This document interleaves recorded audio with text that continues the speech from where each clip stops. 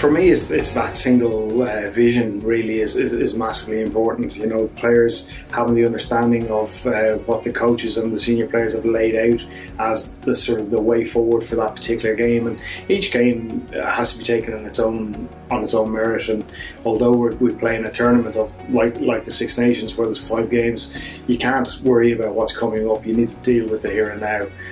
So that single vision for that game that's coming up at the weekend, a very clear understanding of your role within that team and an understanding of the roles of the players that are in and around you.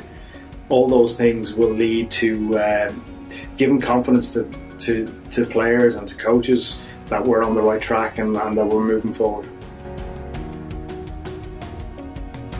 I think the kicking game is having a massive influence on the game at the moment. Most teams seem to be very conscious that they don't want to play at their end.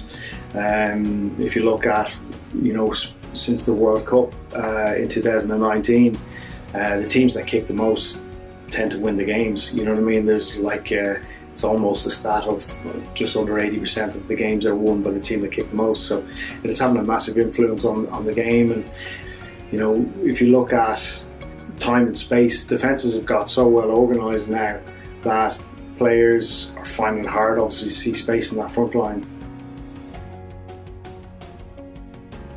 Well, even with the fact that we're talking about the kicking game, I suppose the offside line is something that referees are starting to ref and starting to be a little bit hot on at the moment. But the space set up from set piece of scrum and line out, and obviously the ruck.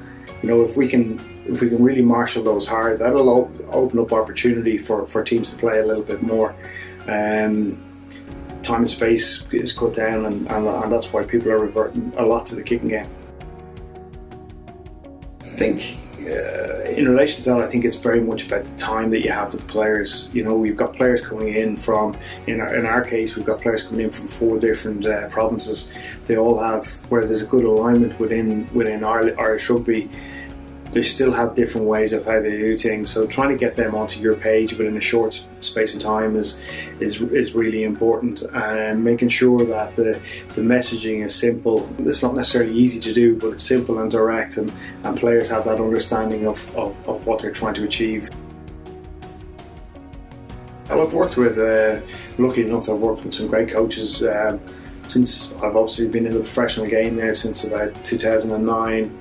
Where I worked with Michael Cheika. Joe Smith obviously came in 2010 and spent 10 years with him.